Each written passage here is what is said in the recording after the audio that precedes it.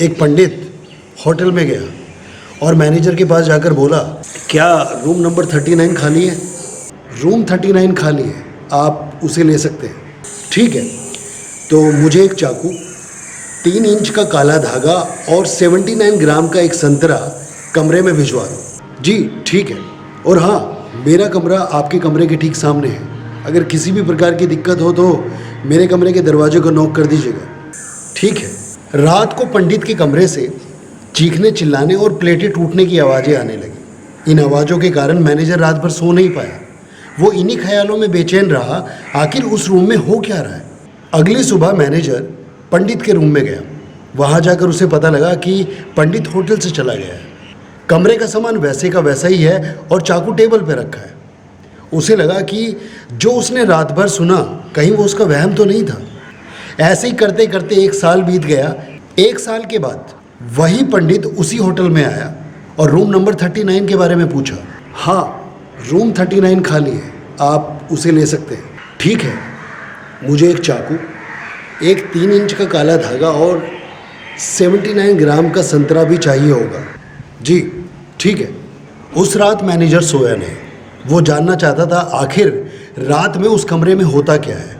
तभी वही आवाज़ें फिर से आने लगी। मैनेजर तेज़ी से दौड़ता हुआ पंडित के कमरे के पास पहुंचा। क्योंकि दोनों का कमरा आसपास था, इसीलिए मैनेजर को पहुंचने में ज़्यादा देर नहीं लगी। लेकिन दरवाज़ा लॉक था।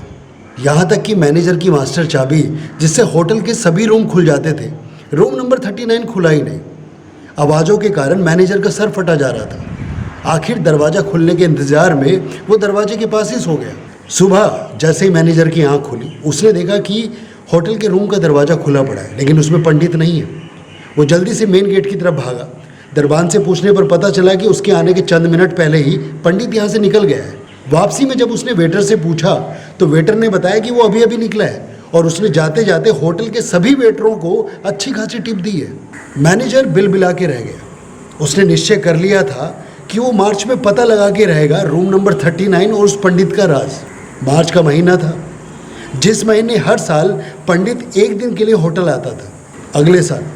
अगले साल फिर वही पंडित आया और उसने रूम नंबर 39 मांगा। हाँ, आपको वो रूम मिल जाएगा।